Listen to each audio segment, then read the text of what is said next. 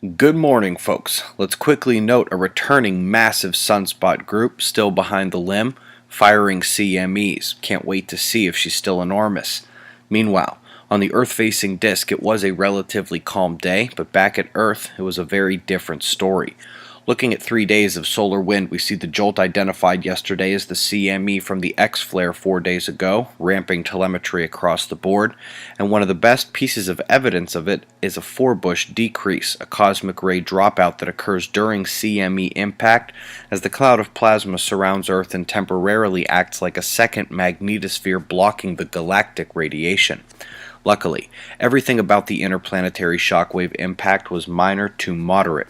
A low-level geomagnetic storm ensued and is tapered off in the overnight hours. Like I said, calm day on the disk with no major flaring. We'll be analyzing the two larger Earth-facing sunspot groups here. The big one up north is moving around quite a bit and still Delta class despite her recent calming of activity. The incoming sunspot group, however, is perfectly spread magnetically, side to side, and therefore less likely to make big flares. The southern negative coronal hole is departing in red, while a positive northern hole approaches in green.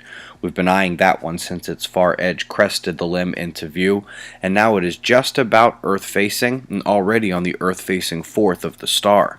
According to ISWA, the force to this opening is significant, even down towards the equatorial portions. In fact, Earth is already exiting the extended negative influence into positive near-Earth space. Also note, while Venus is exiting the coronagraph frame, we now see Saturn coming in above it. This conjunction, combined with the coronal holes, was the call for our latest earthquake watch, and we are starting now. Yesterday we saw that earthquake just before the news that rang as high as 6.7 on the full readings list. Well, afterwards, a tremor just south of there hit 6 magnitude on a couple meters. Chile nearly had one as well. It's always unusual to have these quakes in Africa, and there is a small swarm developing near the Bay of Bengal. The lava flows in Hawaii picked back up, actually made it to its first home. Loss of property intensifies and may not be done yet.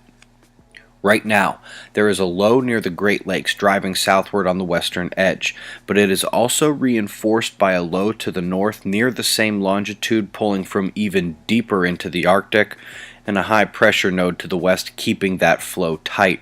The eastern heat and moisture flow contrast to make the 24-hour temperature delta look like this. Pretty absurd. Compare parts of Texas to parts of Maine today. That's fun.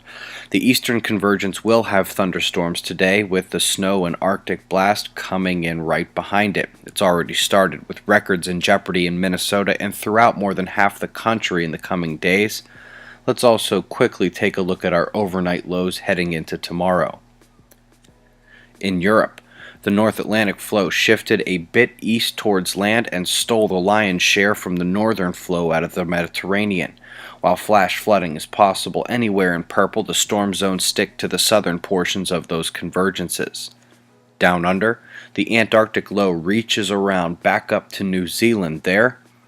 We've got convergences east and west in Australia as well, and again the storm warnings seem to follow those convergences nicely. The Mobile Observatory project is in Sulphur, Louisiana today, Chateau de Bon Rive this afternoon. See observatoryproject.com for details and for future tour dates. Starting with a massive southern filament, we've got shots of our star to close at 6:05 a.m. Eastern Time, 5:05 a.m. Central. That's the news. Eyes open. No fear. Be safe, everyone.